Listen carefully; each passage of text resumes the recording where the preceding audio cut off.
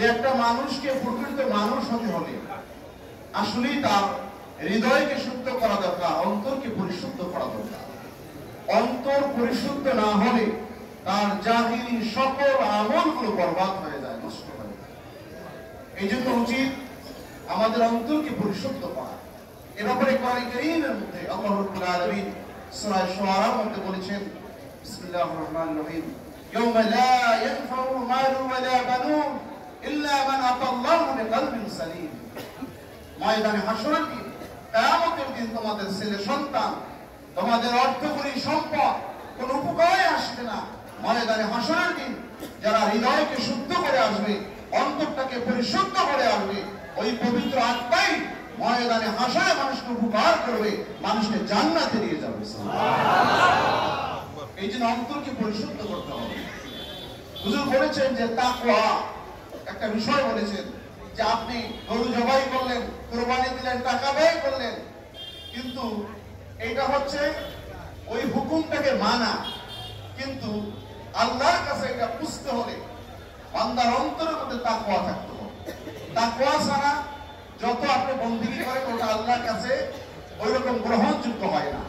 যেমন রিয়া বলতে একটা বিষয় আছে আত্মার মধ্যে বেধি, যদি রিয়াটা থাকে, নামাজ, রোজা, দান, সদকা এগুলো আল্লাহর কাছে গ্রহণযোগ্যতা হয় না। এই জন্য আত্মাটাকে পরিশুদ্ধ করতে হয় এবং কামেল উস্তাদ যারা, কামেল পীর যারা, তাদের শরণাপন্ন হতে হয়।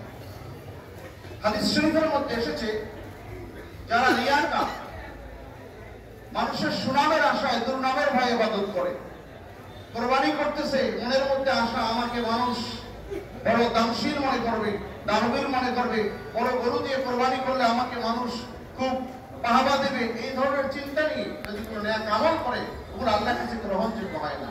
মনের মধ্যে তাকওয়া থাকতে হবে, মনের মধ্যে ইখলাস থাকতে হবে, তখনই আপনার আমার প্রতিটি কাজ, আপনার কাজ, প্রতিটি আমল আল্লাহর কাছে গ্রহণযোগ্য হবে।